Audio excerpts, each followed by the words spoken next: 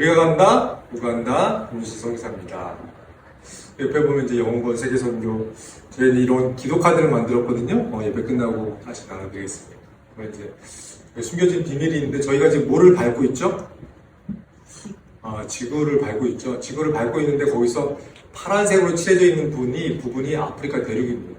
이제 그 중에서도 빨갛게 예수 그리스도 보혈이 딱 한 방울 떨어져 있는데 거기가 우간다입니다. 그래서 아프리카 중부에서 약간 중동부 쪽에 있는 데가 이제 우간다인데, 그래서 저희가 항상 얘기할 때 기억하기 쉽게 우리가 간다, 우간다. 어디 갔던 어떤 분이 케냐에서 오신 김유신 선교사님 소개하면 이렇게 얘기를 하시더라고요. 우간다인데, 그래서 여기 쉬우시라고 우리가 간다, 우간다. 그리고 저희 집 가온이 영원권 세계 선교입니다. 죽어도 영원권 세계 선교, 대학에 가도 영원권 세계 선교, 직장에 가도 영원권 세계 선교. 그리고 이제 우리가 간다, 우간다 밑에 이제 동그랗게 이렇게 지도가 보이고 우간다라고 영어로 써 있는데 보면 그 동그랗게 있는 게 우간다 지도입니다. 국기입니다. 국기. 그래서 우간다 국기고요. 그리고 저희는 가족이 4가족입니다. 첫째 김성은 대학교 3학년이고요. 김성결 이번 대학교 들어가고요. 사랑하는 아내, 제가 이렇게 한 가족을 이뤄서 팀으로 사역을 잘 감당하고 있습니다. 저희가 이제 보니까 아프리카에서 안식년을 들어와서 지난날을 생각해 보니까 부룬디라는 나라에서 이제 5년, 그다음에 우간다에서 10년, 그래서 아프리카에서 한 15년 세월을 보냈더라고요. 그래서 첫 번째 그 부룬디에 도착했을 때 찍었던 사진, 그때 이제 성훈이가 5살, 성결이가 2살 그랬던 것 같고요. 그다음에 5년 후에 다시 나라를 부룬디에서 우간다로 바꿔서 이제 2011년도에 재파송을 받아서 이제 2021년, 지금 2022년도인데 사진은 이제 2021년도에 이제 가족이 다 이제 모여가지고 찍은 사진입니다. 그러니까 15년이 이렇게 훌쩍 지나갔더라고요. 근데 15년 세월 이렇게 돌이켜보니까 하나님이 한 단어로 정리를 시켜주시는데 은혜더라고요. 하나님의 은혜로 이렇게 15년의 세월을 보낼 수 있었구나. 오늘 이렇게 예배 드리는데 느낌이 분명히 한국인데 자꾸 중국 생각이 나더라고요. 그래서 왜 그런지 모르겠지만 예배가 중국에서 예배 드리는 느낌으로 예배를 드렸는데 하여튼간 박사 목사님도 그렇고 저도 그렇고 하나님의 은혜 없이 우리가 이렇게 긴 세월을 보낼 수 있었을까. 저도 교통사고도 당하기도 하고 온 가족이 말라리아에 걸리기도 하고 도둑이 들어서 이제 집안에 물건을 다 훔쳐가기도 하고 여러 가지 일이 있었는데 돌이켜보니까 하나님의 은혜였구나. 하나님의 은혜 없이 우리가 살 수 있었을까. 여러분이 오늘 이 자리에 앉아있는 것도 하나님의 은혜라는 생각이 들더라고요. 은혜 없이 우리가 어떻게 이 자리에 있을 수 있으며 하나님의 은혜 없이 어떻게 우리가 구원받을 수 있으며 하나님 우리 정말 잘해주셨던 그 은혜가 생각이 났고요. 또 이제 10년 만에 이제 안식년을 나오게 됐는데 10년 만에 안식년을 나오니까 이렇게 감개가 무량한데 나오기 전에 기도를 했어요. 근데 기도하는데 하나님이 환상을 하나 보여주셨어요. 그 환상이 뭐냐면 저는 다이아몬드를 하나님 보여주시더라고요. 그래서 이제 기도하는 가운데 하나님 제가 한국에 가서 이제 사역을 하게 될 텐데 어떤 은혜 주시겠습니까? 근데 환상을 보여주시면서 저는 다이아몬드를, 보석을 한국에 가면 내가 너에게 주겠다. 근데 이제 보석이 하나가 아니라 수많은 보석들을 이렇게 보여주시는 거예요. 그래서 이 많은 보석들을 내가 너에게 주겠다라고 말씀하시는데 여러분도 알고 저도 아는 것처럼 하나님 저런 보석을 선교사에게 줄 리가 없잖아요. 뭐 숨은 뜻이 있겠죠. 그래서 하나님 그러면 이 보석의 의미가 무엇입니까? 물어봤더니 한국에 가서 만나게 될 사람들이 보석이다. 이 마음을 주시더라고요. 그래서 지난주 이제 목요일, 금요일 이제 고등부 수련회를 이제 인도하고 왔는데 그 수련을 인도하면서 아이들의 모습이 저렇게 반짝반짝 빛나는 보석으로 이렇게 보이더라고요. 근데 아이들은 스스로 뭐라고 생각하냐면 에이 선교사님 내가 무슨 보석이에요, 돌멩이죠. 이렇게 생각을 해요. 왜냐면 자존감이 낮아서. 근데 우리가 우리를 어떻게 생각하는지 가운데 하나님 우리 한 사람 한 사람을 보석으로 보십니다. 왜냐면 우리 안에 예수 그리스도가 있기 때문에. 우리가 사실 예수님이 없다면 뭐 돌멩이처럼 그렇게 살아가는 존재였겠지요. 근데 하나님이 예수님을 영접하는 순간 우리 모두를 보석처럼 여겨주신다라는 생각이 들더라고요. 하나님께서 보석에 대한 이제 환상을 한국에 와서 두 번째로 보여주셨는데 뭐였냐면 단기팀이 2019년도에 이제 왔다가 이제 떠나게 됐는데 이제 한국에 이제 와서 그 우간다의 단기팀 청년들이 이제 모이는 기회가 있었어요. 그래서 모여서 이제 교제를 하는데 친구들이 코로나 때문에 굉장히 어려웠던 이야기들을 하더라고요. 그래서 그러니까 한국에 와서 보니까 대학생들이 2020학번들은 저주학번이라고 그러더라고요. 코로나가 시작된과 동시에 학교를 다녀가지고 학교 수업도 제대로 못 듣고 수업은 숙제가 굉장히 빡세고 친구들도 모르고 아무것도 모르고 어려운 그러면서 이제 가정형편은 또 어려워져가지고 등록금도 못 내고 이제 아르바이트 하는 친구들도 있고, 또 등록금 집안이 망해가지고, 학교를 이제 등록 못하고 알바하는 친구들도 있고. 그래서 막 속상한 얘기들이 이렇게 서로 이렇게 나누는 가운데 막 어렵기도 하고 힘든 얘기도 하는데, 들으면서 좀 마음이 아프더라고요. 근데 한참을 듣다 보니까 하나님께서 갑자기 눈을 열어서 환상을 하나 보여주시는데, 그 친구들 막 힘든 얘기를 하고 있는데, 하나님의 손이 나와서, 그 원석 같은 그 친구들을 하나를 다듬으시는 이렇게 모습을 이렇게 보여주시더라고요. 어떤 친구는 이미 다 다듬어져 가고 있고, 어떤 친구는 한 반쯤 다듬어져 있고, 어떤 친구는 이제 하나님 다듬기 시작하고 계시고.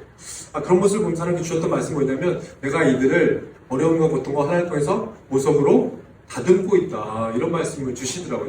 그래서 하나님께서 고난을 통해서 이렇게 우리를 다듬는 모습을 보여주시면서 한국 가운데 코로나를 통해서 많은 분들이 어렵다는 얘기를 많이 하시더라고요. 교회도 보니까 코로나 때문에 많이 어려워졌더라고요. 근데 하나님께서 말씀해 주신 건 뭐냐면, 내가 코로나를 통해서 한국 교회를 다듬었다. 코로나를 통해서 성도님 한 분 한 분을 다듬었다. 이런 얘기를 저한테 들려주시더라고요. 코로나가 환난과 어려움이 그냥 어려움이 아니라 그것이 우리를 다듬는 시간이었구나. 여러분도 여기 앉아있지만 여러분 삶 가운데 왜 어려움이 없겠어요? 그렇죠? 여러 가지 어려움이 있었지만 하나님 그 어려움을 통해서 우리 성품을 다듬으시고 우리의 신앙을 연단시키시고 또 우리를 새롭게 하시는 일들을 하고 계셨다는 거죠. 그래서 보니까 말씀이 그런 말씀이 있더라고요. 야고보서 1장 2절부터 4절 말씀에 보면, 내 형제들아 너희가 여러 가지 시험을 당하면 뭐하라? 온전히 기쁘게 여기라. 왜 기쁘게 여기게 되냐면, 또 이제 메시지 성경을 찾아보니까 친구 여러분의 시험과 도전이 사방에서 여러분이 닥쳐올 때 그것을 더할 나위 없는 선물로 여기십시오. 다른 말로 하면 시험과 환난을 선물로 여기십시오. 선물 받을 때 기분 어때요? 좋아요. 좋죠. 그래서 항상 기뻐하라. 그 말씀이 연결이 되더라고요. 우리가 시험과 환난의 기쁨으로 여길 수 있다면 어떤 것이 다가와도 기뻐할 수 있겠죠. 3절 4절에 보니까, 이는 너희의 믿음이 시련이 뭘 만들어요? 인내를 만들어낼 줄 너희가 알니다. 인내를 온전히 이루라. 이는 너희로 온전하고 구비하여 조금도 부족함이 없는 사람. 어떤 사람이죠? 하나님의 형상, 예수 그리스도의 형상으로 너희를 만들기 위함이다. 하나님의 시험과 환난을 통해서 결국 만들고자 원하시는 것이 무엇이냐면, 크게 따지면 하나님의 나라지만 작게 우리 한 사람 한 사람을 보면 우리 한 사람 한 사람이 예수 그리스도로 거듭나는 것, 하나님의 형상, 원래 형상으로 만들어지는 것이 하나님의 뜻이라는 거죠.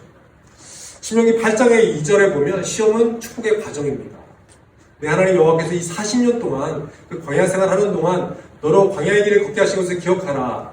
이는 너를 낮추시며 너를 시험하사 내 마음이 어떠한지, 그 명령을 지키는지 아니 지키는지 알려 하십니다. 내 마음이 어떠한지는 뭐냐면, 내 마음에 무엇이 들었는지. 환난과 시험이 없이 평탄한 삶을 살 때는 내 마음에 뭐가 있는지 몰라요. 코로나 있기 전까지는 한국교회가 잘 부흥하고 있는 줄 알았어요. 근데 코로나가 한번 딱 들이닥치니까 교회에 정말 뭐가 들어있었는지, 정말 우리가 바라는 것들이 무엇이었는지, 교회에 하나님께서 축복을 더 이상 물질적인 축복을 안 주니까 그거에 실망해서 교회를 떠난 사람들도 많이 있더라고요. 교회 가운데는 구원이 있으면 되는 거죠. 그 구원으로 만족하지 못하고 물질적인 것들, 세상적인 편안함과 안락함을 추구했던 사람들은 교회를 떠나는 것이죠.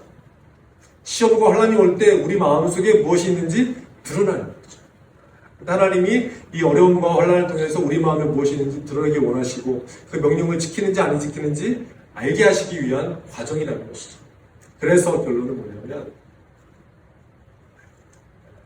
그래서 시험은 축복인데, 말씀해 보니까 욥기 23편 23장 10절에 보면, 나의 가는 길에 오직 그가 아시나니 그가 나를 단련하시고 에는 내가 모처럼 정금과 같이 나옵니다.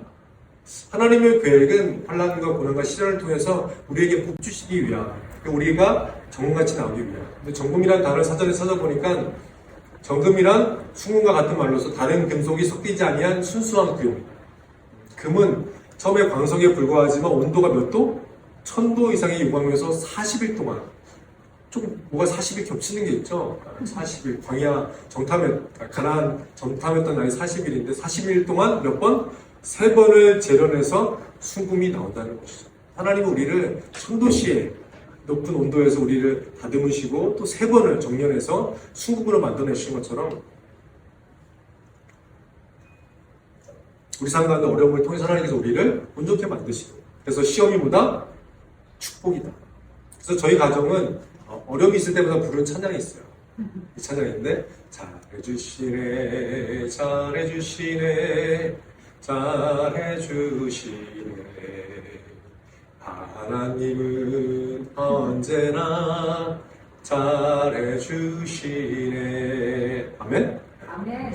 언제나 잘해주시는 거죠. 저희 집에 도둑이 들어도 잘해주시네, 잘해주시네. 참 감사한 게 코로나 때 성사님들이 구제 사역들을 많이 하셨거든요. 근데 감사하게 저희는 나눠주지 않아도 교회 갔다 오면 뭐가 없어져요. 깨닫고 보니까 저희는 가만히 있는데 현지인들이 알아서 집에 와서 필요한 걸 가져가니까 구제 사역이 그냥 되더라고요. 할렐루야. 주님께서 그걸 다 구제 사역으로 쳐주신다고 하니까 너무나 감사하네요. 잘해주시네. 네. 저희가 이제 2주 전에 교회 가는데 주차선 안에 이제 우리가 딱 주차하고 있는데 그냥 사고가 나서 저희 아내는 토요일 날 퇴원해가지고 오늘 온 거거든요. 그래서 토요일 날 퇴원해가지고 이게 깁스 이렇게 같은 거 하고 보대 하고 있다 이제 오늘 온 건데 2주 전에 이제 교회 가는 길에 제가 이제 주차선에 서 있는데 뒤에서 저런 트럭이 아까 보였던 얘를 실었나 보다. 그 트럭이 딱 쳐가지고 저하고 성결이는 이제 앞자리에 있어가지고 좀 충격이 덜했는데 아내 같은 경우는 뒷자리 혼자 있었는데 차가 이제 트럭이 쳤는데 충격이 커가지고 보니까 나중에 보니까 무릎에도 멍이 들어있고 이제 그 CT를 찍어보니까 목에 디스크가 부어있다 그러더라고요. 원래 좀만 더 가면 디스크가 터질 뻔했는데 딱 치는 순간 충격만 있어가지고 저희가 부러진 데는 없고 그랬었고 그리고 나서 이제 한 3일 지나서 성훈이한테 저희 첫째 아들 성훈이한테 아침에 갑자기 카톡이 왔어요. 아빠 저 지하철역에서 쓰러졌어요. 그래서 지금 119 기다리고 있어요. 그래서 이렇게 얘기를 들어봤더니 좀 장염이 있고 좀 컨디션이 안 좋았는데 지하철 타고 가는 길에 이렇게 두통 증세가 나타나가지고 이제 어지럽고 차가 나와서 화장실을 가려고 하는 차에 너무 어지러워서 이제 화장실까지 못 가고 그럼 이제 쓰레기통을 찾아야겠다. 이제 쓰레기통까지 가려고 하는데 힘들어가지고 기둥을 딱 잡고 있는데 갑자기 의식이 없어졌어요. 이제 쓰러진 거죠. 내 설명이 맞죠? 쓰러져가지고 저렇게 응급실에서 전화 와가지고 응급대원들이 연락이 와가지고 이제 그 근처에 회사 근처에 있는 병원에 저렇게 입원해가지고 머리를 쓰러지긴 쓰러졌는데 머리를 뒤로 안 넘어지고 앞으로 쓰러져가지고 얼굴에 막 멍이 좀 들고 CT를 이제 머리 찍고 이제 찍어봤는데 별 이상은 없었다고. 그래도 이제 전화가 저렇게 왔을 때 뭐겠어요? 잘해주시네, 잘해주시. 교통사고 났을 때도 어떻게 해요? 뒤에서 트럭이 딱 받았으니 목이 아프잖아요. 목을 딱 잡고 잘해주시네, 잘해주시네. 그리고 나서 목요일 날 갑자기 자는데 싱크대가 그래서 저는 이제 쾅 떨어져가지고 화장실에 유리가 깨진 줄 알았어요. 근데 안식구 안에 있는 그 싱크대에 있는 위에 찬장 있잖아요. 찬장이 다 떨어졌는데 감사하게도 그 환풍기 라인이 붙어 있어가지고 다 안 떨어지고 지금 붙어 있는데 다 떨어지면 계속 보통 이제 한번 뭐가 깨지면 쾅 소리가 나야 되는데 쾅 하면서 우렁창창창창창 한 10초 동안에 계속 막 우렁탕탕탕 해서 성훈이하고 저하고 막 달려나와서 집을 봤더니 막 접시들이 나와서 막 다 깨져 있고 그 안에 있는 것들이 다 떨어져 있는 거예요. 안식관에 안식관 담당하시는 분이 안식관에서 처음 있는 일이에요. 저런 일이. 저희 뭐 했겠어요? 잘해주시네, 잘해주시네, 잘해주시네. 근데 성기사님들이 같이 살다 보니까 성기사님 3분이 오셔가지고 저걸 그대로 다 복구시켜 주셨어요. 저거 갈아야 되는데 가려면 돈이 많이 들잖아요. 다 분해해가지고 다 뜯어가지고 다시 붙이시고 이렇게 하니까 좀 찌그러지게 흔적이 좀 남긴 하지만 그다 복구가 되더라고요. 야, 주님이 너무 잘해주신다. 저희가 잘해주시네 하는데 어떤 분한테 카톡이 왔어요. 형사님 집 보니까 정말 주님이 잘해주시긴 하는데 더 잘해주시도록 기도하겠습니다. 그러면 저희 아이들이 뭐라고 하면 더 잘해주시면 안 돼요. 지금도 충분해요. 왜 그러지? 저희는 이제 그런 거 좀 겁나죠. 더 잘해주신다고. 그래서 어느 날 이제 저희가 우간다에 있고 성결이가 이제 케냐에 있는데 성결이가 케냐에서 저희 전화를 했어요. 그래서 너무 이제 잊지 않고 전화 주기 너무 고마워가지고 아내하고 저하고 찬양 불렀어요. 잘해주시네, 참 고맙잖아요. 부모를 잊지 않고 그렇게 정기적으로 안부 전화를 해주니까 잘해주시네, 잘해주시네 찬양을 부르고 있는데 갑자기 성결이가 갑자기 심각해지더니 아빠 우리 또 도둑 맞았어요? 근데 이제 뭐 도둑 맞거나 뭐 사고 나거나 이럴 때 그냥 그런 찬양이 잘해주시니까 우리 아이들은 잘해주시네 부르면 잘해주시는 건데 불안해지는 거죠. 저 상황에서도 잘해주시네. 근데 갑자기 이제 저걸 좀 묵상하는데 이런 생각이 들더라고요. 무슨 생각이 들었냐면 욥기에 나와 있는 것처럼 욥이 막 고난을 당하잖아요. 언제까지 잘해주시나 보자. 그런 것처럼 막 계속 사건의 연속이 타지는데 그리고 이제 지난주에는 상주교회 갔는데 밤에 토요일 밤에 이제 성훈이가 뭘 먹었는지 모르게 막 몸에 막 알러지가 생겨 두드러기가 막 생기는 거예요.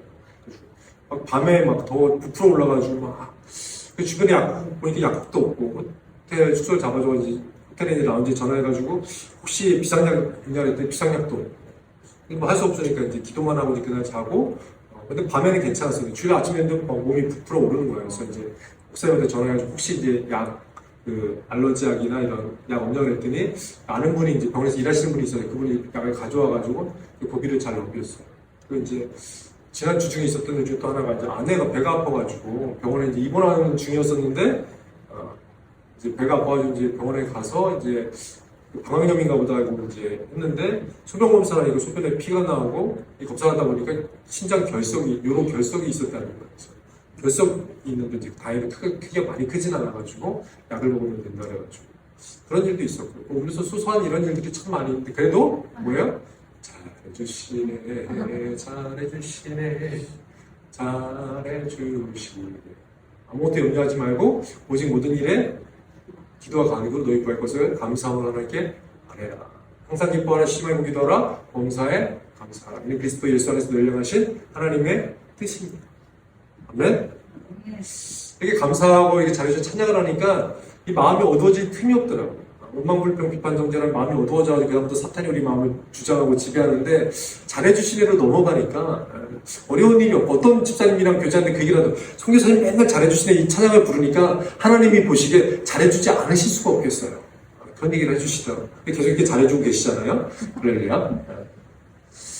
근데 어느 날은 저희가 우간다에 있는데 잠깐 이제 케냐에 교제 준비하고 이제 이런 일들이 있어가지고 잠깐 케냐에 갔어요. 근데 이제 현지 목사님한테 갑자기 급한 목소리로 막 전화가 왔어요. 선교사님 도둑이 들어가지고 우리 집에 있는 물건을 다 가져가가지고 지금 막 여러 가지 일들이 있어요. 막 얘기를 하는데 그 집에 제가 이제 케냐로 가기 전에 그 집에 잠깐 들렸었는데 교회에 들렸었는데 교회 유리창이 깨지고 커튼들이 다 없어졌더라고요. 그래서 목사님 이게 무슨 일이에요? 이렇게 물어봤더니 그 목사님 하시는 말씀이 유리를 깨고 도둑이 커튼을 잡아 당겨가지고 커튼을 다 훔쳐갔다는 거예요. 그러니까 우간다에는 좀도둑들이 굉장히 많거든요. 그래서 또 이제 또 집에 도둑이 들어서 다 가져갔나 보다. 그래서 이제 안타까운 마음으로 그래도 하나님이 잘해주실 것이다. 하나님이 계획이 있으실 것이다. 우리가 주님을 끝까지 믿고 신뢰하며 실망하지 말고 잘 이겨내보자. 이런 얘기를 하는데 선교사님 그게 아니라요. 다급한 목소리로 우리 집이 아니라 선교사님 집이 다 털렸다고요. 그게 저랑 아내랑 듣고서 뭐 했겠어요? 손을 둘이 잡고 잘해주시네 잘해주시네 잘해주시네. 그래서 이제 케냐에서 일을 보고 이제 집에 와서 봤더니 막 난리가 났어요 집이. 근데 이제 도둑이 어떻게 들어왔나 이제 궁금해가지고 봤더니 도둑이 이제 뭐 문이 다 닫혀 있으니까 뚫고 들어올 수가 없잖아요. 그랬더니 사다리를 지붕에다 걸쳐놓고서 기와장을 뚫고서 그 지붕을 뚫고 이렇게 안으로 들어왔더라고요. 그래서 막 벽에 막 발자국이 막 있고 막 물건들도 다 가져가고 냉장고를 가져가려고 이제 코드를 뽑았는데 너무 사이즈가 크니까 못 가지고 나가니까 코드만 딱 뽑은 건데 그 안에 막 음식물들이 막 상해가지고 막 냄새가 나기도 하고 그래도 주님이 잘해주신 거죠. 이제 도착해서 이제 막 정리하면서 이렇게 이제 막 치우면서 잃어버린 물건들 막 치우면서 또 잘해주신 찬양을 하는데 갑자기 하나님 막 은혜를 막 부어주시고 위에서부터 막 은혜와 평강을 막 부어주시는데 마음이 막 벅차오르기 막 시작하더라고요. 하나님 어떤 말씀을 주셨냐면 이 말씀을 주셨어요. 땅의 것들이 없어지면 없어질수록 내가 하늘의 것으로 너를 채우겠다. 와, 이런 거 없어져가지고 하나님의 은혜와 평강을 마음이 채워지면 막 이렇게 정말 마약한 것처럼 막 이렇게 마음이 막 떠서 있는 것처럼 막 그런 기분이 들더라고요. 야, 정말 하나님이 이런 은혜와 평강을 이런 은혜를 주신다면 더 없어져도 되겠다. 할렐루야.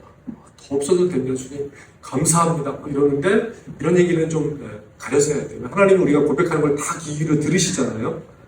아니나 다를까 얼마 후에 또 좋은 일이 하나 생겼어요. 그래서 이제 자꾸 잃어버려지니까 제가 이제 중요한 물건들 차에다 싣고 다녀야겠다. 그래서 이제 빔 프로젝트며 컴퓨터며 뭐 이동식 카드며 저희 어렸을 때부터 아이들 어렸을 때부터 쭉 찍었던 도둑들이 이동식 카드 같은 거 굉장히 좋아하거든요. 팔면 비싸니까.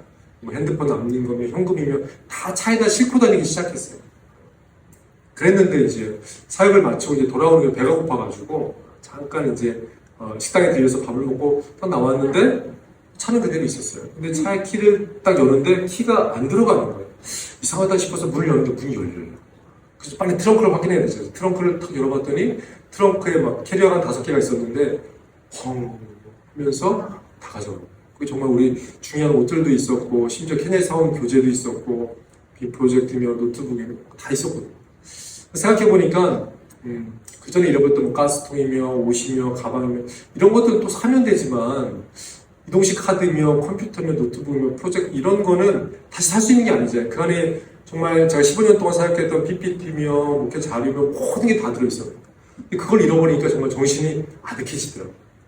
그래도 뭐 해야 되죠? 어두워지지 않게?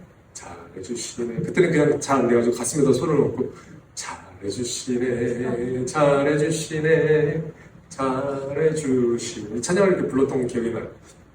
근데 이제 그 찬양을 다 부르고 근데 뭐 집에 돌아와서 할 수 있는 게 없잖아요. 원래 돌아오자마자 목회자 훈련이 이제 일주일 동안 계획이 돼 있었는데 목사님한테 다 메시지를 보냈어요. 제가 길거리에서 도둑을 만나가지고 사역했던 자료들과 교재들 다 잃어버려가지고 당분간 훈련을 못하게 됐습니다. 그래서 기도해 주십시오. 그리고 돌아와서 할 게 없으니까 성경을 일주일 동안 읽었어요. 창세기부터 계시록까지 딱 말씀을 읽는데 계시록까지 말씀을 딱 닫는 순간 하나님 저 말씀을 딱 떠올려 주셨어요.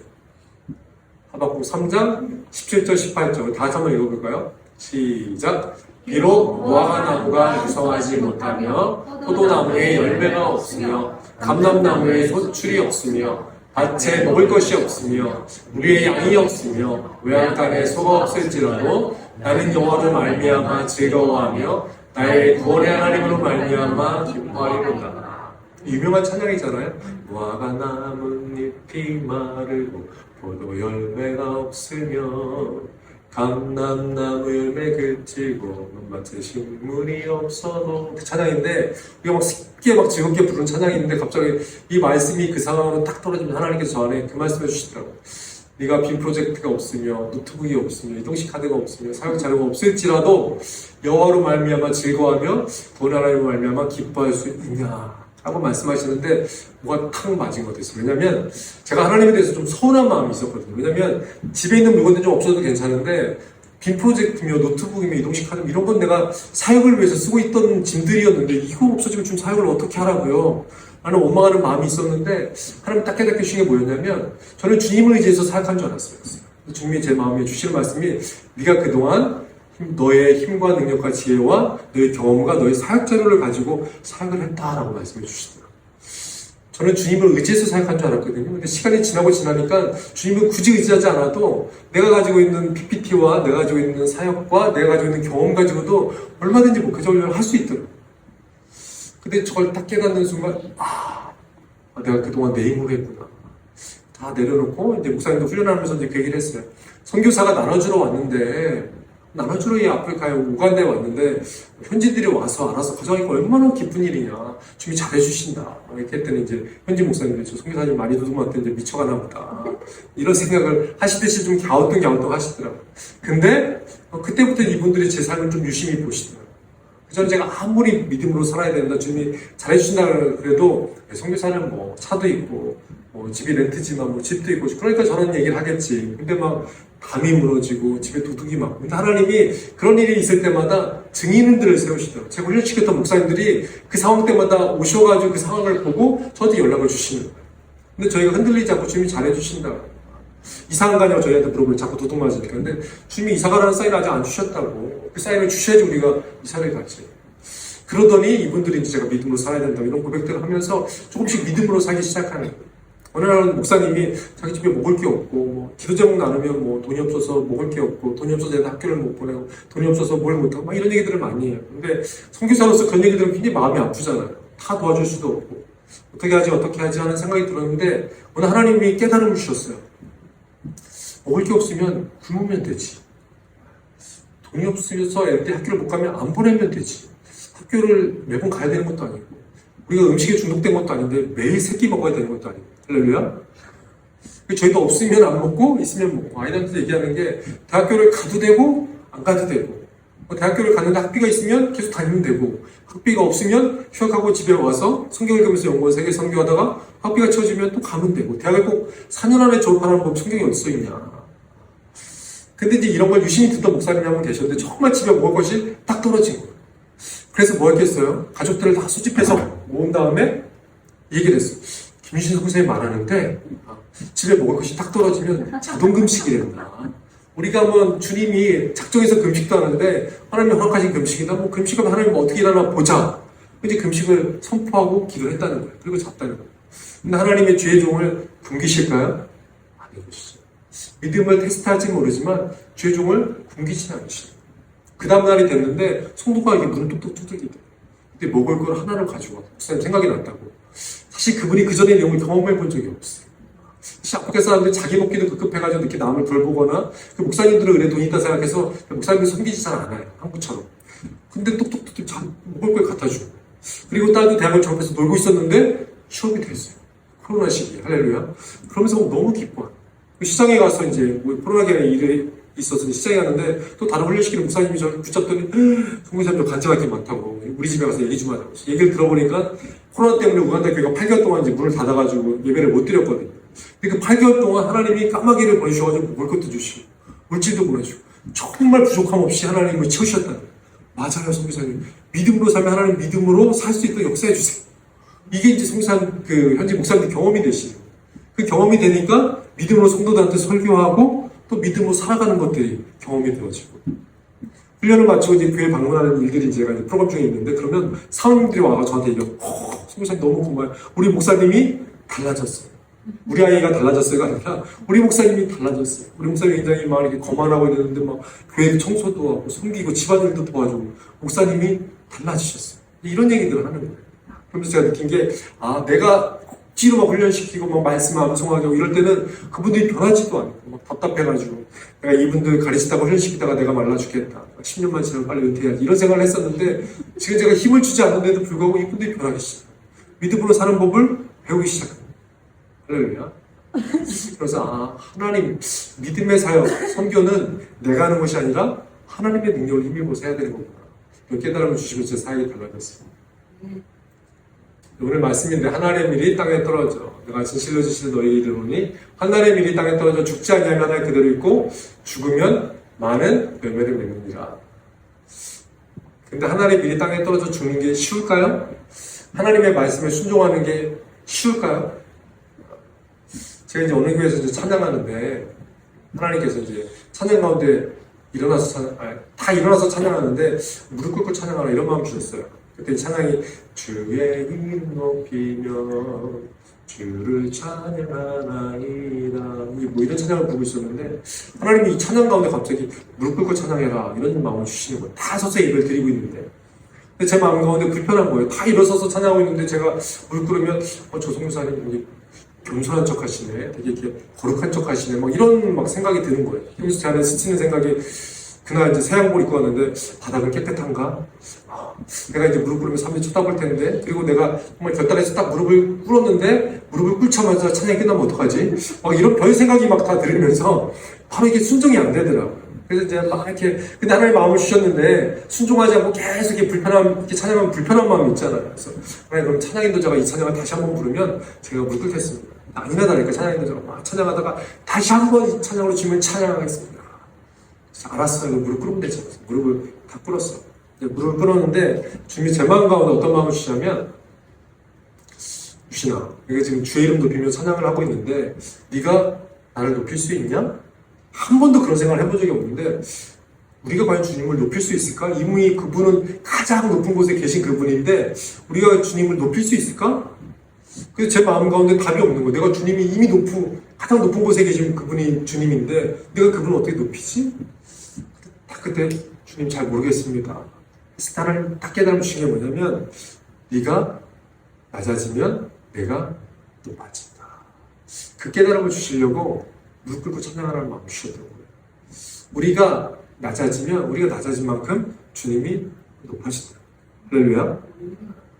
많은 사람들이 높아지려고 하잖아요. 하나님께서 교만한 자를 물리치시고 겸손한 자를 사랑하신다. 겸손한 자에게 은혜를 주신다는 말씀이 하나님이 가장 사랑하고 기뻐하는 자들이 겸손한 자, 또 믿음으로 사는 자 그들인 줄로 믿습니다. 이것처럼 순종하는 게 별게 아니지만 참 어렵죠. 근데 이제 아프리카 선교사 하나님이 부르셨을 때 순종하는 게 쉽지 않았어요. 제가 하나님이 고등학교 때 선교사로 부르셨는데 제 마음 가운데 선교사가 되고 싶지 않은 마음이 있었어요. 그래가지고 제 마음에 타입한 게 뭐냐면 전문의 선교사가 돼야겠다. 제가 어렸을 때 봤던 선교사님들의 모습은 뭐냐면 중국 선교사님 왠지 이렇게 꾀채채 하시고 올드 패션으로 오셔가지고 이렇게 설교했던 그런 모습. 아프리카 선교사님 그러면 다 말라리아 걸려가지고 오셔가지고 병 들어가지고 이렇게 저는 선교를 해도 그렇게 하고 싶지가 않았거든요. 그래서 자비랑 선교사 그러면 있어 보이잖아요. 내가 직업을 가지고 후원받지 않아도 되고 그렇게 선교를 해야겠다. 이런 마음을 가지고 호프라는 전문의 선교사 훈련 단체에 가서 훈련도 받았어요. 한 6개월 동안.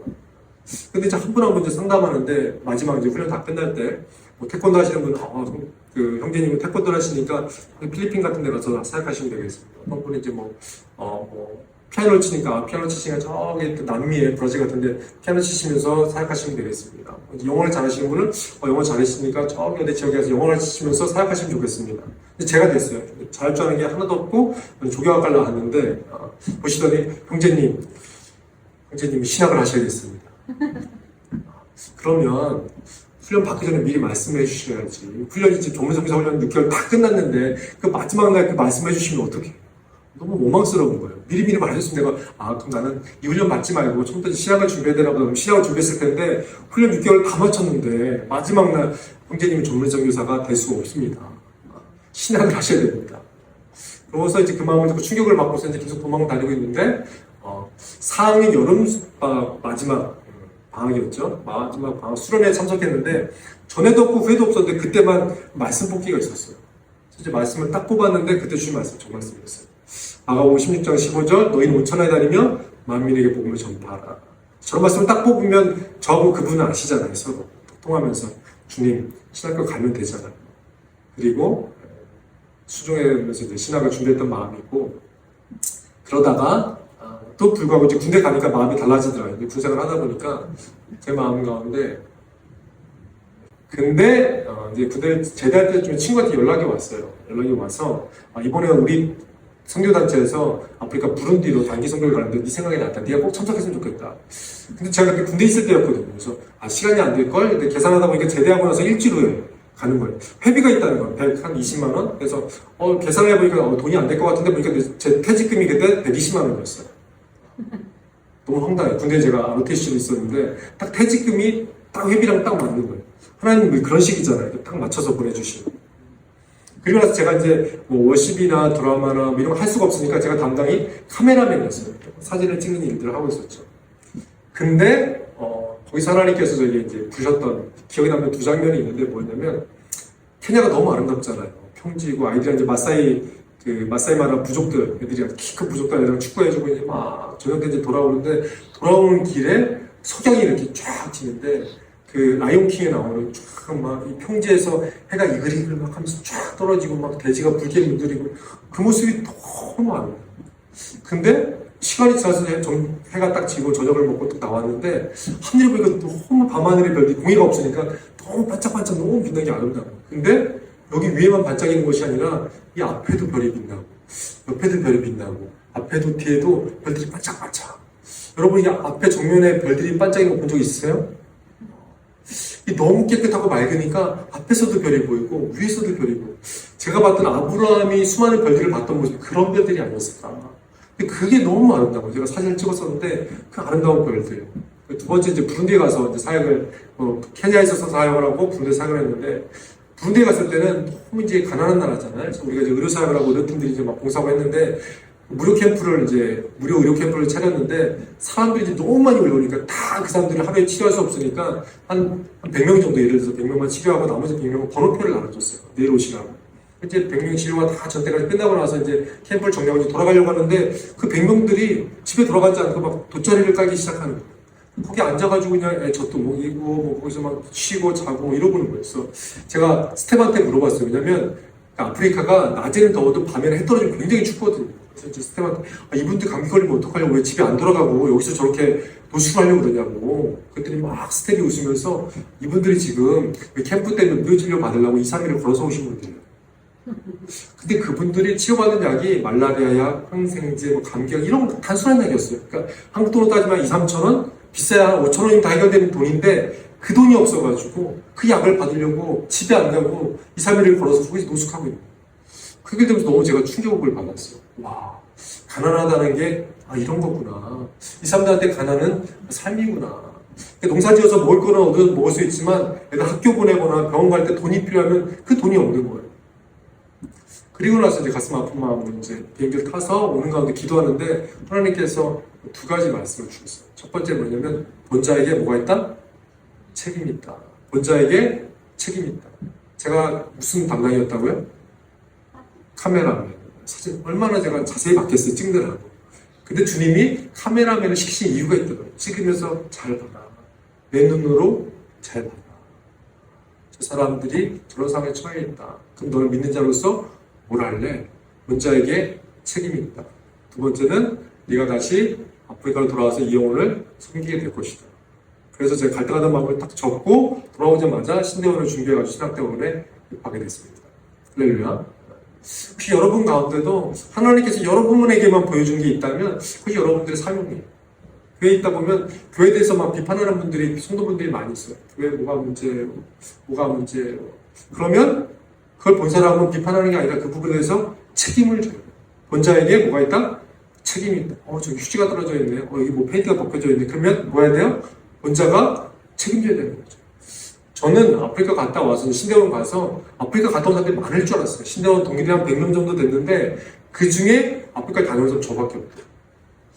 사명이라는 것은 가지려고 해서 가져지는 것도 아니고 내가 피한다고 피해지는 것도 아니고 하나님이 주신 사명에 대해서 순종해야 되고 본자에게 책임 있는 게 그런 거구나 하는 깨달음을 얻었습니다. 그런데 이제 2005년도, 제가 2006년도에 갔는데 2005년도에 이제 한 번 더 팀을 데리고 이제 갔었어요. 갔다 오고 나서 이제 갈 준비를 이제 막상 하니까 저 혼자 갈 때는 괜찮았는데 가족을 같이 데려가려고 하니까 막상 이제 저런 일이 있더라고요. 그 당시에는 이제 아프리카 부대 내전 중이었어요. 내전 중이라서 막 밤에 자다 보면 폭탄 소리가 나고 총 소리가 나기도 하고. 그때는 성결이가 2005년도에 돌도, 저희 둘째가 돌도 아직 안 지났었고 성결이도 뭐 4살, 5살이었었고. 파송교육, 후회교육 없이. 그래서 어떤 목사님들이 축복의 말을 많이 해주셨어요. 아기가 이렇게 어린데, 쟤를 데리고 아프리카 가면 풍토병 걸려서 다 죽는다. 이런 막 축복의 말씀을 해주시고, 어떤 분은 또 오셔가지고, 파송교회도 없이 후원교회도 가면 1년 동안은 후원이 될지 모르지만 1년 다 지나면 개인원자는 다 떨어진다. 이런 막 격려의 말씀을 막 해주시더라고요. 할렐루야. 또 불어권 섬겨지고, 제가 뭐 불어를 잘하는 것도 아니고. 그래서 서바이벌 불어만 배워가지고 이제 갔었는데, 저런 상황이었어요. 그래서 막, 가려고 생각을 해보니까 정말 준비된 게 하나도 없더라고요. 주님, 두려움이 몰려오기 시작하면서 저는 할 수 없습니다. 보낼 만한 자를 보내주십시오. 제가 저를 어떻게 감당할 수 있겠습니까? 근데 주님께서 주셨던 말씀이 있었는데 뭐냐면 네가 하냐? 내가 하지. 저 좀 하나님이 이렇게 위로의 말씀을 해주실 줄 알았어요. 네가 뭐 이런 거 못하는 것 같지만 그 네가 믿음이 있고 뭐 이런 건 잘하지 않냐. 뭐 그런 격려의 말씀 해줄 줄 알았더니 그래 네가 못한 거 다 안다. 근데 성교를 네가 하냐? 내가 하지. 그에 보면 이제 예를 들어서 자매님 반주 섬겨주십시오 이렇게 얘기하면 어떤 분들은 목사님 무슨 말씀이세요? 제가 어떻게 찬양 좀 섬겨주시겠습니까? 목사님 제가 어떻게 못하겠. 그런 얘기를 제가 들을 때마다 굉장히 교만한 거구나. 그게 내 힘으로 하겠다는 거잖아요. 주의 일은 주의 힘과 주의 능력으로 하는 게 맞는 것이죠. 내가 부족해도 뭐 시키면 하면 그를 통해 하나님이 역사하시는 것이 반드시 있다는 것이죠. 네가 하냐? 내가 하지. 내가 내게 명령한 것이 아니냐. 선교건 사명이건 강하고 담대하라. 두려워하지 말며 놀라지 말라. 교회 개척도 네가 하냐? 내가 하지. 내가 내게 명한 것이 아니냐. 강하고 담대하라. 두려워하지 말며 놀라지 말라. 내가 어디로 가든지 내 하나님 여호와가 너와 함께하느니라 하시니라. 임마누엘 하나님께서. 그럼 저 그때 주셨던 찬양이 고스톱 찬양을 주셨어요. 고스톱 찬양 아세요 여러분? 자매님 고스톱 찬양 알아요? 모르세요? 모르시죠? 주님 말씀하시면 내가 나아가리라고. 주님 뜻이 아니면 내가 멈춰서리라. 스톱. 내가 가고 서는 것. 주님 뜻에 있으니. 가고 서는 거죠. 우리가 이걸 구습 찬양이라 하죠. 주님 말씀하시면 내가 나아가리라. 주님 뜻이 아니면 내가 멈춰서리라. 그 찬양을 저한테 주시면서 주님 뜻대로 가든지 서든지 주님 뜻대로 가면 되는 거구나. 그리고 이제 한 텀을 마치고 부른 데서 사역을 잘하고 한 텀을 마치고 이제 하나님 나라를 바꾸셨어요. 우간다로 나가는데 한 텀을 해봤으니까 선교지에 뭐가 필요한지 이제 알게 됐잖아요. 그때는 막 너무 준비가 없이 가가지고 이제는 가기 전에 차도 필요하고 집도 필요하고 아이들 학교도 알아봐야 되고 사역도 필요하고 그래서 막 하나님 가서 우간다에서 감당할 수 있는 사역의 도구를 내게 주십시오. 그리고 우리 아이들 학교도 좋은 데 주시고 집도 주시고 좋은 차도 주시고 부른디 때 저희 차 이름이 나사로였어요. 이해가 되시죠? 나사로였는데 공고차였는데 차 이름이 나사로였어요. 왜냐면 이렇게 이제 주일날 설교를 마치고 떠나려고 해요. 차라리 가서 시동을 걸면 시동이 안 켜지는 거예요. 그러면 이제 저희 가족들과 스태프들이 차를 흔들면서 나 살아날지어다. 내가 예수 그리스도의 이름 하노니 시동이 걸릴지어다. 이렇게 막 땀 흘리면서 한 10분 이렇게 기도하면 시동을 걸면 시동이 걸려요. 할렐루야. 그래서 이제 이 차가 죽었다 살았다 해서 나 살아요. 이것도 하루 이틀이지. 자꾸 죽었다 살았다 막 신호대기 하다가 막 죽고 시동이 안 걸리고. 그래서 막 어느 때는 막 아무리 기도해도 이게 차가 회복이 안 돼가지고 아는 친구가 이제 메카닉이었는데 친구한테 전화해 차가 섰다고 해서 그 친구가 와서 고쳐주기도 하고. 그래서 이제 차가 정말 선교지에서 너무 중요하구나. 그래가지고 이제 좋은 차를 주십시오. 정말 튼튼한 차를 주십시오. 막 이런 기도하는데 스톱. 그런 기도 하지 말고 너는 먼저 그의 나라와 그의 일을 구하라. 그게 충분하다. 이런 마음을 주시는 거였어요. 아, 주님아, 알다시피 차가 중요하고 아이도 학교도 중요하고 뭐 집도 아시지 않습니까? 그랬더니 스톱. 먼저 그의 나라와 그의 일을 구하라. 그래서 그 말씀에 순종해서 우간다 떠나가 한 3개월 동안은 저 기도만 하고 하나님, 하나님의 나라가 제 마음 가운데 임하게 해주십시오. 하나님의 통치와 다스림이 제 마음 가운데 우리 가족 가운데, 우간다 가운데, 아프리카 가운데, 열방 가운데 주의 통치와 다스림이 임하게 하여 주시옵소서. 그 기도만 3개월 했던 것 같아요. 그리고 나서 우간다에 도착을 했어요.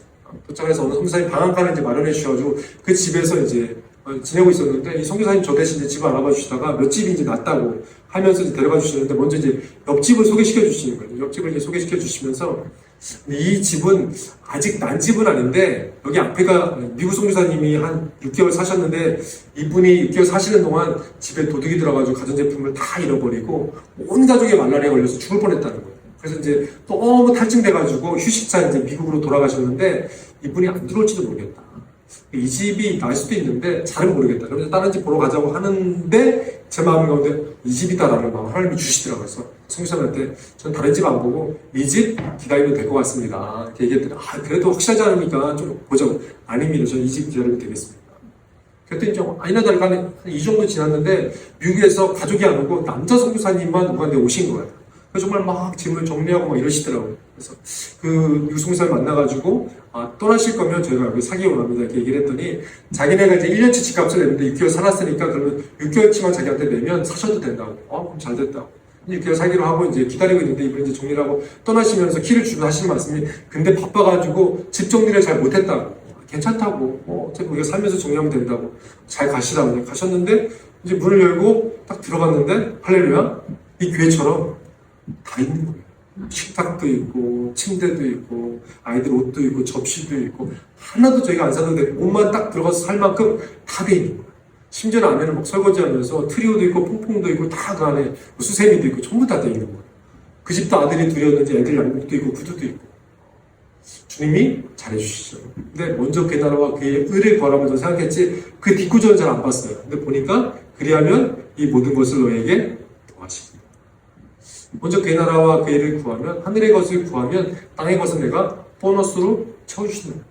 한국교회는 너무 땅의 것만 구하니까 하늘의 축복을 누리지 못하고 사는 것 같아요. 그래서 하나님께서 말씀하신 너희는 먼저 그의 나라와 그의 일을 구하라.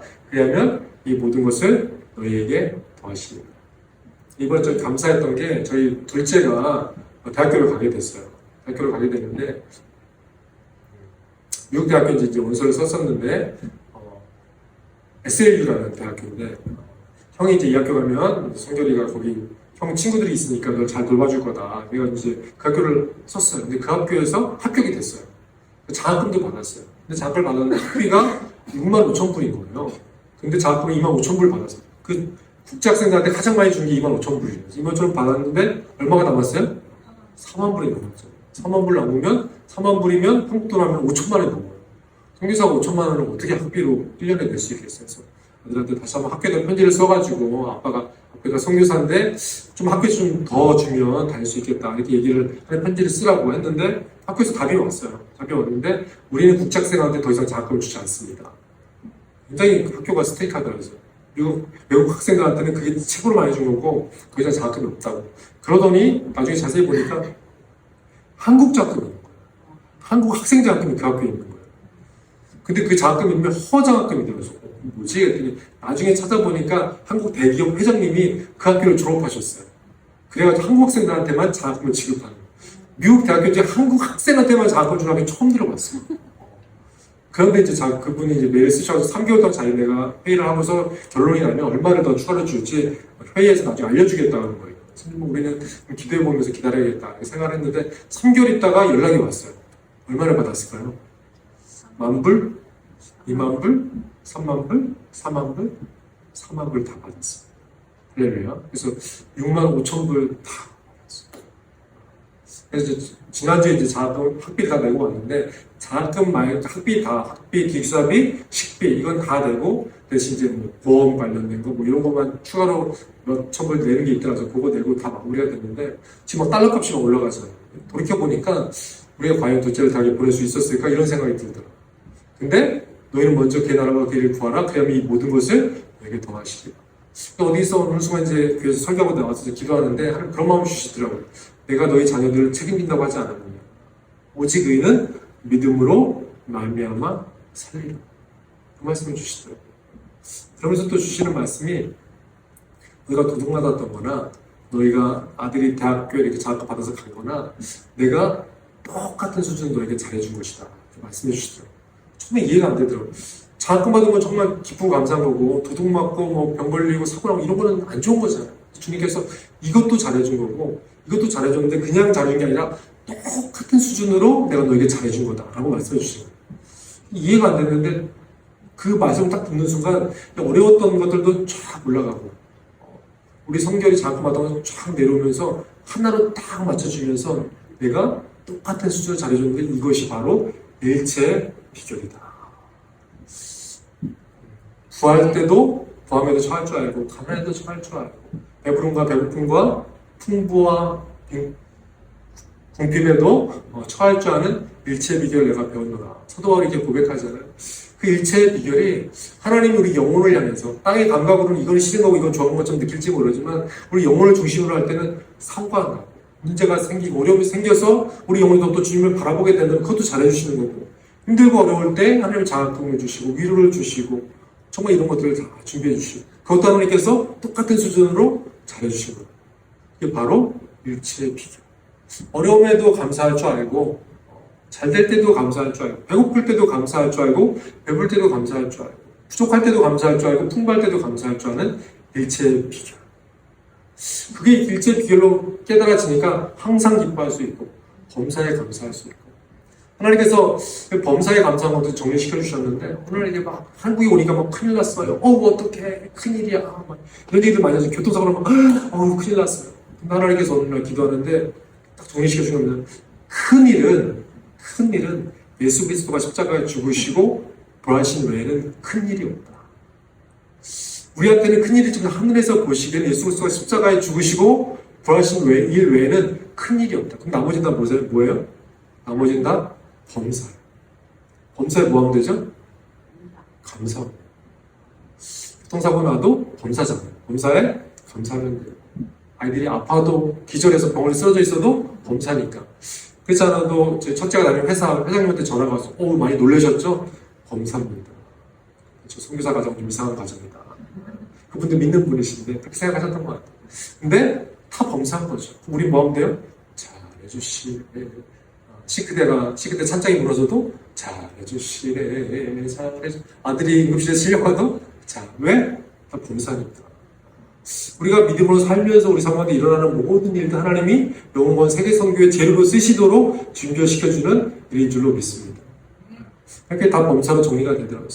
놀라지지가 않아요. 교통사고 당해도 잘해주시네. 사고 났다고 해도 주님이 잘해주시는구나. 산장이 무너져 내려도 주님이 저희로 하신 일이 있겠구나. 근데 하나님이 교회 가서 이런 간증할 때마다 성도님들이 굉장히 은혜를 받으시더라고요. 할렐루야. 나의 아픔은 다른 사람의 즐거움이 아니라 주님 안에서 우리가 다들 어려움 없는 분들이 없으시잖아요. 근데 우리가 믿음으로 사는 거. 제가 이제 한국에 왔는데 어떤 분이 카카오페이로 3만 원을 저한테 보내셨어요. 제가 물어봤어요. 이게 무슨 돈이에요? 그랬더니 그분이 회사를 계속 이제 취업하려고 지원하고 있었는데 인터뷰 불합격 감사 헌금입니다. 라고 보냈어요. 또 합격? 불합격. 그래서 제가 뭐라고 했어요? 인터뷰 불합격 진심으로 축하드립니다. 주님이 잘해주셨네요. 그때 이번에 또 답이 왔어요. 감사합니다. 그렇지 않아도 잘해주시네 찬양 부르고 있었어요. 인터뷰 떨어져도 잘해주시네. 얼마 전에 이제 한 3주 전 어떤 작은 교회에서 또 이제 설교를 했는데 그 사모님한테 며칠 있다 카톡이 왔어요. 저희 교회에서 좀 잘해주시네 붐이 일어나고 있어요. 어느 성도님이 애가 코로나 걸렸는데 잘해주신다고 고백하고 있어요. 그리고 둘째 딸도 열이 나고 있어서 이제 병원 가서 코로나 검사 받아야 되는데 잘해주신대요. 그리고 또 하나는 교회 재정장로님이 재정집사님이 계시는데 병원에 갔더니 간에 용종이 나타났대요. 그래서 추적 검사 6개월 해야 되는데 그분이 고백하기를 잘해주신대요. 할렐루야. 주님이 잘해주신. 우리가 원망불평 비판당들이 어두워지면 그 안에 뭐가 튼튼하냐면 사탄이 튼튼해요. 걱정 근심이 있으면 사단이 먹고 사는 먹이가 뭐냐면 근심과 걱정과 염려인 것이죠. 우리가 잘해주시는 분을 항상 기뻐하면 사단이 틈탈 시간이 없어요. 사단이 틈탈 틈이 없어요. 마귀에게 틈을 주지 말라고 하잖아요. 해가 지기 전까지 틈을 주지 말고 마귀가 틈타지 못하도록 하고. 그 이유가 뭐예요? 우리가 걱정하고 염려하면 그 틈으로 들어와서 우리를 장악하고 지배하고 어둠으로 이끌어가잖아요. 틈 주지 않는 게 잘해주시는 틈이 생길 틈이 없어요. 할렐루야. 항상 잘해주시네와 말씀을 통해서 저는 우간다에서 하나님이 갈대라는 사명 중에 있었는데 뭐냐면 행복한 가정과 건강한 교회를 만들어라 이런 마음 주셨어요. 그래서 저는 제자훈련과 목회자 훈련을 통해서 건강한 교회를 만들고 있고 이영화 선교사는 난민들과 이제 특히 자매들 여자분들 상담을 통해서 행복한 가정을 세우는 사역을 하고 있습니다. 제자훈련을 하고 있는데 목회자들, 교회 리더들, 저기 사진은 청년들인데 청년들 제자훈련을 하고 있고 이제 지방 같은 데는 영어를 못하는 분들이 많이 계셔가지고 영어로 우간다를 번역해서 교재를 만들고 있고요. 첫 번째 이제 졸업생들, 목회자훈련 했던 졸업생들인데 원래 한 3, 40명 모였는데 한 2년 지나니까 한 12명 정도만 딱 남더라고요. 12제자처럼. 근데 저 중에 한 분이 왕갈라 목사님이라는 분이에요. 근데 이분이 원래 목사님이 아니라 집사님이셨어요. 꽤 큰 교회죠. 원래는 집사님이었고 좀 큰 교회 다니는 집사님이셨는데 그 교회 담임 목사님이 갑자기 병이 걸리셨어요. 그 병이 걸리셔가지고 갑자기 돌아가시게 된 거예요. 근데 본인이 돌아가시려고 보니까 교회 성도 중에 똑똑한 사람을 찾아보는데 저분이 대학교를 졸업하시고 수도구 국장이에요. 저 지역에. 그러니까 저분이 제일 똑똑해 보이세요. 다 집사님을 이렇게 모아놓고서 담임 목사님이 돌아가시면서 왕갈라 집사 자네가 이렇게 애들로 돌아가셨어요. 그래서 그 다음 주부터 저분이 목사님 되신 거예요. 갑자기 집사님 하시다가. 근데 집사님이 갑자기 목회를 하려니까 깜깜하잖아요. 설교도 어떻게 할지 모르고 성도를 어떻게 해야 되는지도 모르고 교회를 어떻게 운영해야 되는지 아무것도 모르는 거죠. 그래서 3년 동안 기도해요. 하나님 저에게 목사라는 직분을 주셨으면 저를 가르쳐준 선생님을 보내주십시오. 제가 이걸 어떻게 감당합니까? 근데 3년이 딱 지났을 때 누가 나타났겠어요? 김유진 선교사가 짠 나타난 거죠. 제가 이제 목회자 훈련하는데 앞자리에서 나이 드신 분이 너무 열심히 공부하시고 시험을 봐도 굉장히 잘 보시는 거예요. 한 3개월 지났는데 저한테 와가지고 선교사님 여기 오시면 제 기도 응답입니다. 뜬금없이 그 얘기를 하신 거예요. 그래서 무슨 말씀이냐고 했더니 이제 그 설명을 쭉 해서 자기가 원래 왕갈라 집사였는데 목사님 돌아가시고 자기가 할 수 없어 주님께 기도했었는데 기도 가운데 선교사님 오셨습니다. 그래서 그 전에 자기가 운전면허증 없는 운전사처럼 그렇게 교회를 운영하고 있었는데 자기는 이제는 운전면허증을 딴 운전사처럼 이제 설교할 줄도 알고 성도님이 어떻게 설교해야 되는 줄 알고 교회가 뭔지도 알게 됐다. 그런 고백을 하시는 이야기를 들었습니다. 그리고 또 다른 지역인 엔도라는 지역인데 여기는 이제 목회자들하고 교회 리더들 이제 훈련시켰는데 저 중에 이제 3가정이 이제 교회를 개척했어요. 그래서 왜 교회를 개척하냐 물어봤더니 우간다에 제가 목회자 훈련을 하게 된 계기는 뭐냐면 우간다에 교회가 많아요. 근데 신학 훈련을 받은 사람이 없는 거예요. 심지어는 글씨를 모르는데 목사님이 계셨어요.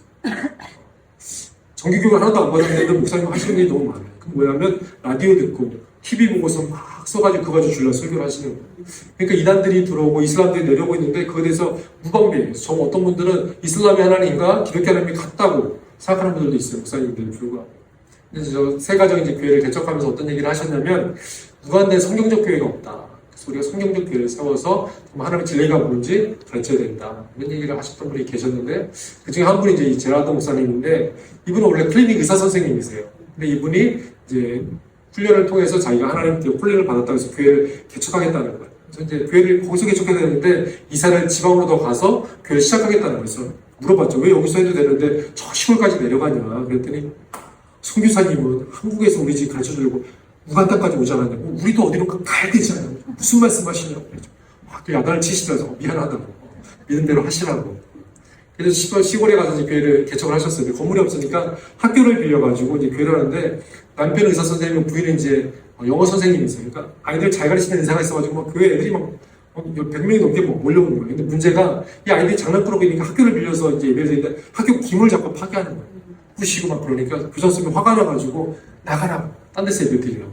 그래서 이 목사님이 이제 갑자기 이제 앞이 깜깜하잖아요. 그래서 이제 막 교회를 알아보고 있는데 또 무슬림 아줌마가 와가지고 돈이 자기가 급하게 필요하다고 저 건물하고 땅을 다 100만 원, 한국 돈으로 100만 원, 우간다 돈으로 한 350만 실링에 팔겠다고. 빨리 사면 된다고. 저한테 연락이 왔어요. 그래서 기도해달라고. 근데 저는 이제 물질로 후원하는 걸 안 하거든요. 어쩔 수 있지만, 그걸 시작하는데 제가 다 도와주면 캐스트한테 도움을 요청할 거 아니에요. 그래서 이제 우리 같이 기도하자 그랬더니, 저번에 기도하면서 친구들한테, 그 성도들이 돈을 모아가지고 저 땅을 샀어요. 할렐루야. 그래서 이제, 근데 문제가 조금 있었어요. 그래서 이제, 하나님이 이제, 저 교회를 이제 방문할 때, 제 마음 가운데 100만 실링, 30만 원 정도를 갖다 주라는 마음 주시고 있어요. 하나님 전 부자는 사용 안 하는데 이렇게 하나님께서 갖다 줘라 이런 마음 주셔가지고 주머니에 이제 100만 실링을 이제 챙겨가지고 가가지고 만나자마자 이제 100만 실링을 딱. 근데 이거는 내가 주는 게 아니라 하나님이 주라는 마음 주셔서 내가 통로로 배달만 하는 거다. 이제 이 목사님이 돈을 딱 받는데 갑자기 착하게 생겼잖아요. 근데 눈에 가서 눈물이 핑 돌면서 이게 눈물이 툭 떨어지는 거였어요. 무슨 일인가 이제 자기 얘기를 쭉 이제 간증해 달라고 하는데, 보시면 알겠지만 창고를 하나 샀는데 그 안에, 땅에 안에 창고가 있는데, 창고다 보니까 창문이 없어요. 그리고 벽에 금이 가는 거예요. 그래서 이제 창문을 열고 벽에 금 걸 수리하고 이제 바닥에 못 가는 거를 견적을 딱 뽑아보니까 얼마가 필요했을까요? 100만 실링 필요했다. 받는 순간 이게 제가 주는 게 아니라 하나님이 준 거를 서로 이제 찡 하면서 느끼는 거예요. 아, 그래서 하나님께서 갖다 주라는 얘기를 했구나. 저 교회가 지금 엄청 부흥하고 있고 애들이 엄청 잘 모이고 있고 너무 사역을 잘하고 있어요. 근데 이제 저희가 시골이라고 그랬잖아요. 시골이었는데 저분이 이제 주변에 이제 목회자들을 보니까 다 신학부만 안 하면 너무 많은 거였어. 총무사님 우리가 여기서 이 목회자들 훈련시켜야 된다고. 그때 연락을 했어요. 그러면 한번 사람들 한번 연락을 한번 모아봐라. 그랬더니 저분들이 다 오신 거예요. 근데 저분들이 그 주변에만 있는 게 아니라 한 3, 4km, 한 3, 4시간 떨어져 있는 데서 저렇게 다 훈련받으려고 한 번도 훈련받지 않은 분들이 저렇게 많으시고 저분들이 훈련받겠다고 다 오신 거예요. 사실 제가 영어 훈련 시키는데 저분들 때문에 영어 교재를 루간다로 번역해서 만들어서 루간다로 훈련을 하고 있는 거예요. 할렐루야. 너무 기뻐하시죠. 저분들이 훈련을 잘 받고 수련을 잘 하고 있어요. 그리고 이제 또 어떤 목사님한테 훈련을 마친 목사님 또 연락이 왔어요. 아, 성사님 여기 청년들이 많이 몰려있는데 훈련을 받고 싶은데 훈련시킬 사람이 없다. 우리가 훈련시켜야 된다. 가서 보니까 뭐 의사, 간호사, 선생님들, 요리사, 군인, 경찰, 엘리트들인 거예요. 근데 한국 교회, 우간다 교회에 저 청년들을 제자훈련 시킬 수 있는 목사님들이 안 계시고, 이제 재훈련 시키는 그 제자 목사님이랑 같이 가가지고 저는 이제 훈련시키고 있는데, 훈련 중에 자꾸 교재를 더 달라는 거예요. 교재를 달라는 거예요. 교재를 조그맣게 샘플을 만든 교재들이 있어서 주는데 자꾸 달라는 거예요. 왜 자꾸 달라고 하냐 했더니 선생님이었는데 이분이 학교 가서 은혜 받으니까 뭐가 있어요? 가서 선생님들 전도하는 거예요. 선생님들한테 제자훈련하고. 교실 가서 보니까 막 똘망똘망한 애들이 너무 많잖아요. 고등학생 애들이. 그래서 얘네들도 가르쳐가지고 또 이제 수업 끝나면 크리스찬 클럽을 만들어가지고 걔네들도 훈련시키는 거예요. 그럼 그 훈련받은 애들이 또 후배들을 또 훈련시키고. 할렐루야. 하나님이 이 땅에 떨어져 죽지 않냐면 그대로 있는데 죽으면 많은 열매를 맺는데 그냥 많은 열매가 아니라 30배, 60배, 100배 뿐만 아니라 1000배 열매를 맺더라고요. 이경화 선교사는 난민들 상담을 캄팔라에 사다가 마사케는 이제 여성들 상담하다가 보니까 여성들 상담하는 것보다 여성 리더들을 훈련시키는 게 더 낫겠다 싶어서 여성 리더들을 제자훈련을 시켜서 그 사람들이 현지 교회에서 자매들을 상담할 수 있는 훈련들을 하고 있습니다. 이제 매년 이제 단기팀이 저렇게 오는데 와서 여름성경학교 한교 전도 집회, 지역회 전도 집회 이제 하고 있어요. 처음에는 이제 단기팀이 온다 해가지고 난 목회자 훈련하니까 단기팀이 필요 없다. 근데도 굳이 보내야 된다. 라고 해서 받고 나서 기도 가운데 생각해 보니까 제가 훈련시키는 목사님들이 학교를 가지고 계신 분들이 계세요. 그 학교 학생들에게 그 전도 집회 사역을 해야겠다 시작해서 이제 사역을 했는데 아이들이 너무 순수한 거예요. 너무 많고. 그래서 이제 막 드라마도 보여주고 뭐 스킵 드라마도 보여주고 워십도 하고 그 맨 끝에 이제 설교하고 나서 여러분 가운데 예수님을 여러분의 그 삶의 구주로 영접할 사람 손 들어보라고. 몇 명 손 들었어요? 거의 다 들었죠. 그리고 이제 끝나고 나면 오후에는 오전에 전도 집회라고 오후에는 저렇게 액티비티 하면서 복음을 전하면서 한 3학교를 저희가 2주 있는 동안 4학교를 방문했던 것 같아요. 나중에 시간이 지나서 궁금하잖아요. 갑자기 그래서 4학교 아이들을 숫자를 한번 합해봤어요. 그랬더니 1000명인 거예요. 할렐루야. 그럼 딱 깨달아지는 말씀은 하나님이 이 땅에 떨어져 죽지 않으면 하나님 그대로 있는데 죽으면 30배, 60배, 100배가 아니라 1000배 열매를. 제가 이번에 그 은평교회 중등부 수련회 설교를 하고 왔었거든요. 그건 한 6개월 전에. 근데 알고 봤더니 그 은평교회 중등부 목사가 누구냐면 제가 처음 전도사 시절에 5학년 아이들을 이제 5학년 아이들 가르쳤는데 그 5학년 아이 중에 한 명이 은혜 받고 지금 커가지고 그 교회 중등부 목사가 돼요. 그래서 제 연락처 어떻게 알아가 저한테 연락이 와서 중등부 수련하는데 와서 설교 한번 해달라고. 하나님의 미리 땅에 떨어져 기억도 못하고 있었는데 어디선가 그 미랄이 떨어져가지고 또 열매를 맺고 우리 수고가 어떨 때는 아무것도 열매가 없는 것처럼 느껴질 때도 있지만 그 수고가 결국 헛된 것이 아니다. 하나님 다 기억하시고 하나님의 때가 되면 반드시 열매로 나타내 보이시다. 깨달음이 있었습니다. 하나님의 미리 땅에 떨어져 죽지 않으면 하나님 그대로 있고 죽으면 망해. 다 같이 한번 읽어볼까요? 시작. 하늘의 미리 땅에 떨어져 죽지 아니하면 하나님 그대로 있고 죽으면 많은 열매를 맺느니라. 제가 좋아하는 말씀인데 그리스도가 있는 가슴마다 선교사이고 그리스도가 없는 가슴마다 선교지이다. 선생님 선교사 이런 간증을 하면 저는 원래 선교 헌신했는데 못 나가고 여태까지 이러고 있어요. 저도 선교해야 되는데 너무 막연하게 어렵게 생각하시더라고요. 근데 제가 이제 받은 말씀은 그리스도가 있는 가슴마다 뭐다? 선교사이고. 여러분 마음에 그리스도가 계십니까? 그리스도가 계십니까? 다의 동준이 그리스도가 계십니까? 네? 여러분 마음에 그리스도가 계시다면 여러분 모두가 선교사이고 여러분 주변에 그리스도가 없는 가슴이 있다면 거기가 선교지인 것이죠. 그래서 주의 말씀을 전하고 축복의 통로가 되는 것이죠.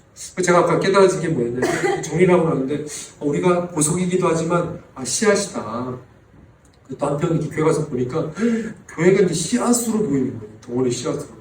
요만한 씨앗만 터져도 열매가 어마어마하게 맺힌데 이만한 사이즈의 씨앗이 터져버리면 열방으로 얼마나 많은 열매들이 맺혀질까. 할렐루야. 여기서 자 주비전 스토리 교회가 딱 터져가지고 이 스토리가 열방으로 하나님의 나라가 열방 가운데 세워지는 그런 아름다운 꿈을 꾸는 여러분 되기를 예수님의 이름으로 축원합니다.